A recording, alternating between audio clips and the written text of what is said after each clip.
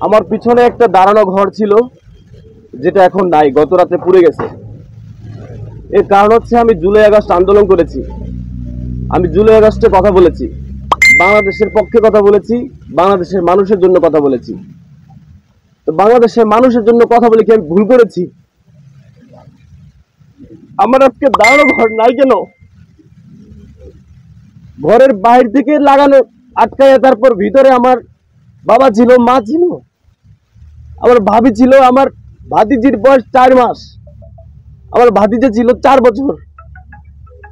তাদেরকে সম্পূর্ণভাবে মারার জন্য ঘরের আগুন দেওয়া হয়েছে। এখানে একটা দাঁড়ানো বিশাল বড় ঘর ছিল, আপনারা সংগ্রহ করে ঘরের ছবি দিয়ে দেবেন, এখানে কোনো কিছু নাই এখন। তাহলে আমি বলবো যে এই বিপ্লবী সরকার, আমরা যে বিপ্লব ঘটালাম, বিপ্লব ঘটাই একটা সরকার গঠন করে দিলাম। আমি তো ফ্রন্টে থেকে, আপনারা জানেন, এখনো ভিডিও ফুটেজ আছে, ফ্রন্টে থেকে আমি স্লোগান দিচ্ছি, ফ্রন্টে থেকে আমি কথা বলছি। আমার ঘরে যদি না থাকে তাহলে এই বিপ্লবী সরকার কি করলো, কি প্রোটেক্ট দিল? আমি 3-4 দিন আগে ধানমন্ডি 32 যে ভাঙা হলো, সেখানে আমি ফ্রন্টে ছিলাম, দেশের মানুষের জন্য স্লোগান দিচ্ছি, বাঙালির জন্য স্লোগান দিচ্ছি। বাঙালির জন্য স্লোগান দিয়ে আমার বাবা মা ভাই বোন ভাতিজা কেউ নাই, আল্লাহ কোনোভাবে বাঁচাই দিছে। বাইরে থেকে লাগাইয়ে সব পুরো ঘরটাই নাই।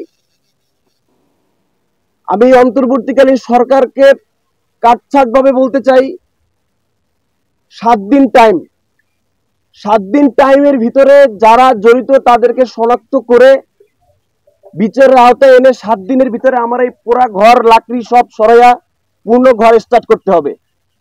7 দিন টাইম, 7 দিনের ভিতরে যদি না করা হয়, আমি 7 দিনের মাথায় রাজপথে আমি একা দাঁড়াবো।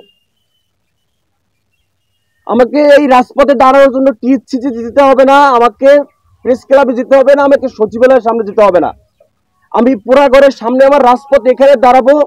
এখানে দাঁড়ানোর জন্য টিএসসি পর্যন্ত জ্যাম লেগে যাবে। আমি বিপ্লব করে হাসিনাকে লড়াইছি, আমরা সবাই মিলে। হাসিনা ভারতবর্ষে আগুন এখানে ধরাই দেয় নাই। আইন শৃঙ্খলা বাহিনীর প্রতি আমি শ্রদ্ধাশীল, চাইলেই সম্ভব। এটা যদি না করা হয়, আমি 7 দিনের মাথায় গিয়া আমি বিপ্লবী সরকারের ডাক দিব। এই সরকারকে দেশের মানুষ, আজকে দেখেন, আজকে যদি বিপরীত হইতো, এই সরকার স্বৈরাচার সরকার যদি থাকতো, আমরা যারা আন্দোলন করেছি, আমরা টোকায় টোকায় গুলি করতো, জেলখানায় ঢুকাই রাখতো। আজকে আমরা উইন হয়েছি, কিন্তু ছাত্রলীগ এখনো ঘুরে, এখনো পোস্ট করে।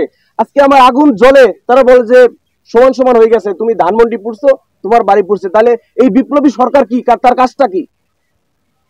সে কি করলো? ফ্রন্টে থেকে যারা আমরা আন্দোলন করলাম, আমাদের ঘর বাড়ি নাই, তাহলে নিরীহ মানুষের কি থাকবে?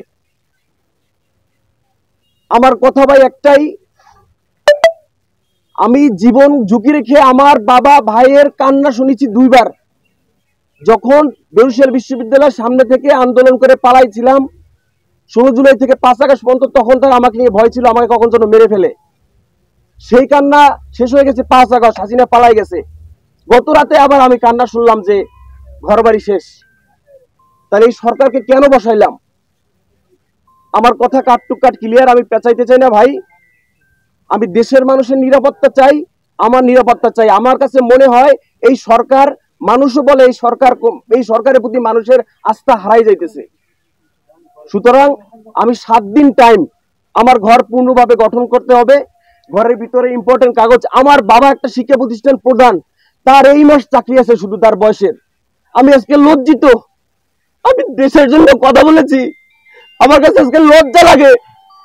আমার বাবার চাকরি এই ফেব্রুয়ারি মাসের 25 সালের ফেব্রুয়ারি মাসে 25 তারিখ মনে হয় চাকরি শেষ, 28 তারিখ শেষ।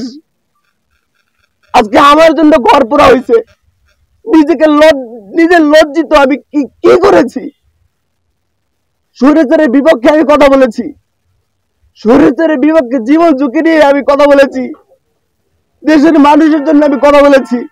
হাসিনা তো বলছি ধানমন্ডি যারা পড়াইছে তাদের বাড়িঘর পুড়িয়ে দেওয়া হবে। তো ঠিক ধানমন্ডি পুরাইয়া দেওয়ার ভাঙার প্রতিশোধ কাফির বাড়ি প্রথম হয়েছে, কাফির বাড়ি প্রথম দাঁড়ানো হয়েছে।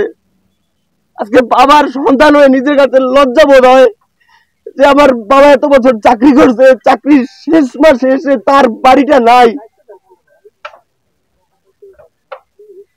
আমি কি মাল, এটা আমি 7 দিন পর দেখাবো। দেশের মানুষ, দেশের বিপ্লবী ছাত্র জনতা আমার সাথে আছে। আমি 7 দিনের মাথায় রাজপথে দাঁড়াবো, বিপ্লবী ছাত্র জনতাকে নিয়ে দরকার হয় আমি বিপ্লবী সরকারের ডাক দিব। এই সরকারের উপর 60% মানুষ আস্থা হারাই ফেলছে। কি উচিত ছিল? আমরা যারা ফ্রন্টে আন্দোলন করেছি তাদের প্রোটেকশন দেওয়া দরকার ছিল এই সরকারের। ধানমন্ডি 32-এ বুলডোজারের সামনে স্লোগান দিছি, তার উচিত ছিল না? যারা ফ্রন্টে থেকে স্লোগান দিচ্ছে, মিছিল করছে, মিটিং করছে, যারা জুলাই আগস্টে আন্দোলন করছে তাদেরকে আলাদাভাবে কেয়ার করার কখনো চাইছি?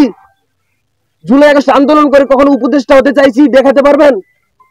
কিছু চাইছি? টাকা চাইছি, পয়সা চাইছি, দেশের মানুষের নিরাপত্তা চাইছি, নিজের নিরাপত্তা চাইছি।